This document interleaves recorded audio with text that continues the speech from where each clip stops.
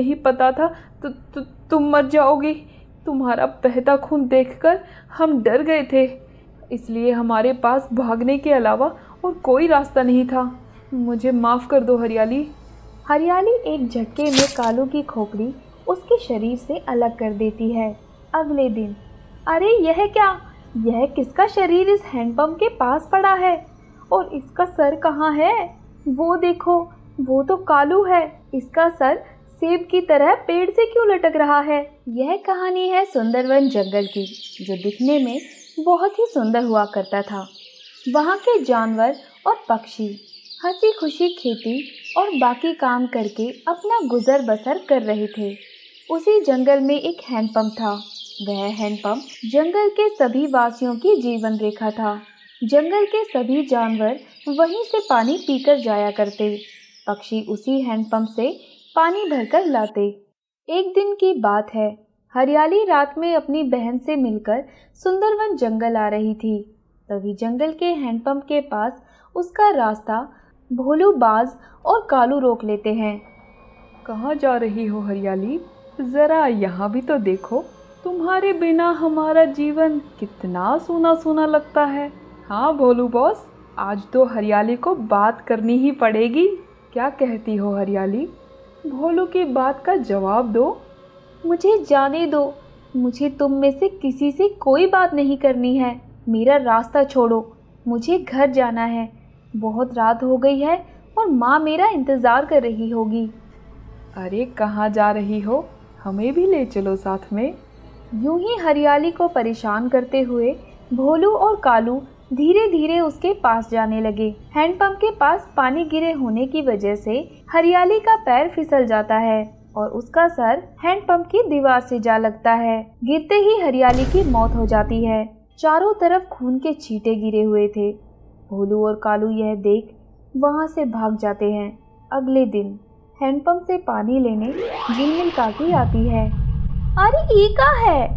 ये तो कोई पक्षी मर गया है रे। अरे ई का हो गया? ई तो हरियाली बिटिया है। सुनो पक्षियों, देखो, हरियाली बिटिया हैंडपंप से टकराकर मर गई। काकी के चिल्लाते ही सारे पक्षी वहां जमा हो जाते हैं। अरे ये कैसे हो गया?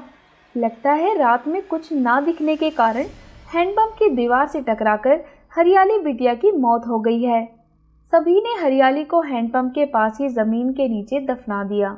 हरियाली के मरने के कुछ दिन बाद हैंडपंप के आसपास अजीब घटनाएं होने लगी। हैंडपंप से रात में अजीब आवाज़ आती। अपने आप हैंडपंप चलता, जिसमें पानी की जगह खून की धाराएं बहती। यह देख जंगल के सभी पक्षी डर जाते हैं और रात में कोई भी हैंडपंप के पास जाने से डरने लगा। इसलिए सभी दिन में ही पानी भरकर अपने घर में रख लिया करते। आज की रात नया गीत कोई गाऊंगा। कालू, कहाँ हो? मैं तुम्हें कब से आवाज़ लगा रही हूँ, जल्दी आओ। अरे मुझे कौन बुला रहा है इतनी रात में? लगता है कोई हसीना है जो मुझे अपनी ओर खींचे चली जा रही है। अरे ये क्या, मेरी तो बोतल भी ख़त्म हो गई। कैसा जंगल है, सूरज ढला नहीं कि सभी अपने घरों में चले जाते हैं। बोतल खरीदने के लिए भी बाजार बंद हो गया है। कालू, और कितना समय लगाओगे? आओ ना, मेरी रूह तुम्हें दिल से बहुत याद कर रही है। आज तो लगता है बोतल नहीं, ये मेरी प्यास बुझाएगी। चलो जाकर देखता हूँ किस हसीना की रूह मेरे लिए तड़प रही है। कालू आवाज़ के पीछे पीछे जाता है और उसी हैंडपंप के पास जाकर खड़ा हो जाता है। आवाज़ तो यहीं से आ रही थी, अब ये आवाज़ बंद क्यों हो गई? हसीना, ओ हसीना, कहाँ गई तुम? कालू की आवाज़ से हरियाली हैंडपंप से बाहर आ जाती है। ये रही तेरी हसीना। तुम दोनों मुझे उस दिन यहाँ तड़पता हुआ छोड़कर चले गए। मैं चिल्लाती रही, पर तुम दोनों ने मेरी एक ना सुनी। मैं उस वक्त जिंदा थी। अगर तुमने उस वक्त मेरी मदद की होती तो मैं आज जिंदा होती, पर तुम दोनों वहाँ से भाग गए। आज मैं तेरी जान लेकर अपने मन को शांत करूँगी। नहीं नहीं हरियाली, उस दिन हमारी कोई गलती नहीं थी। हम तो बस तुम्हारे साथ थोड़ा मजाक कर रहे थे। हमें नहीं पता था तुम मर जाओगी। तुम्हारा बहता खून देखकर हम डर गए थे, इसलिए हमारे पास भागने के अलावा और कोई रास्ता नहीं था। मुझे माफ़ कर दो हरियाली।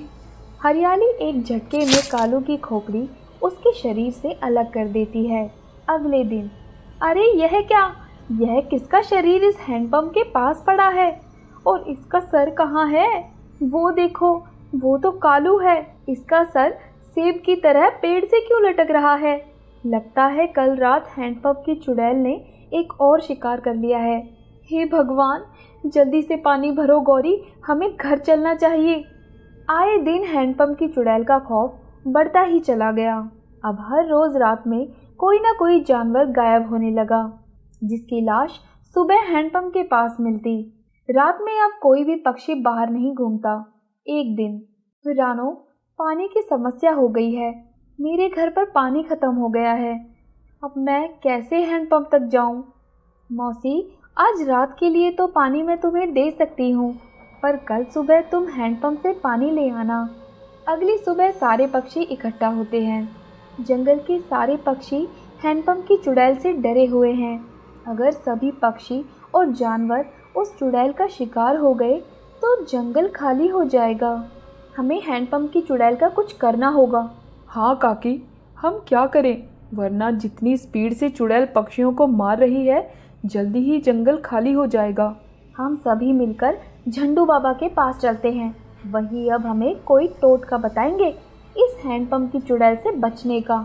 अपनी सूझबूझ से सभी झंडू बाबा के पास जाते हैं। बाबा, अब आप ही हमारी नैया पार लगा सकते हो। जंगल में हैंडपंप चुड़ैल ने आतंक मचा रखा है। आए दिन वह किसी न किसी पक्षी या जानवर को मार कर खा जाती है। सुबह उसकी लाश हैंडपंप के पास और सर हवा में लटकता हुआ नजर आता है। सभी की बात सुनकर झंडू बाबा ध्यान लगाते हैं और कुछ देर बाद कहते हैं, वह चुड़ैल ऐसे ही नहीं जाएगी। इस जंगल से उसकी आत्मा एक बलि और चाहती है। सभी बाबा की बात से हैरान हो जाते हैं और बाबा से उसकी वजह पूछते हैं। वह उसकी आखिरी बलि होगी। आज से कुछ महीने पहले वहाँ से हरियाली गुजर रही थी। उसे भोलू और कालू ने परेशान किया, जिसके कारण वह वहीं तड़प तड़प कर मर गई। भोलू और कालू ने हरियाली के साथ अच्छा नहीं किया, पर झंडू बाबा, अभी तक उसने बहुत से पक्षियों की जान ली है। अगर भोलू और कालू ने गलती की है तो उसकी सज़ा बाकी पक्षियों और जानवरों को क्यों मिली? हरियाली जब अपनी आखिरी सांसें गिन रही थी तो उसने बहुत से पक्षियों और जानवरों को आवाज़ लगाई, पर किसी ने भी उसकी आवाज़ नहीं सुनी और हरियाली ने दम तोड़ दिया। पर झंडू बाबा, हरियाली को तो हैंडपंप के पास ही हम सभी ने दफन कर दिया था, फिर उसकी आत्मा? हरियाली भोलू और कालू की बलि चाहती है। उन दोनों के कारण ही हरियाली की मौत उस हैंडपंप के पास हुई। जब तक वह अपना बदला पूरा नहीं कर लेती, तब तक उसकी आत्मा उसी हैंडपंप में कैद रहेगी। मतलब जब तक भोलू नहीं मरेगा तब तक बाकी पक्षियों की मौत होती रहेगी। अच्छा है अगर भोलू इस दुनिया से चला जाए। वैसे भी उसने सभी पक्षियों के नाक में दम कर रखा है। हर बार वह किसी न किसी पक्षी के यहाँ चोरी करता हुआ पकड़ा गया है।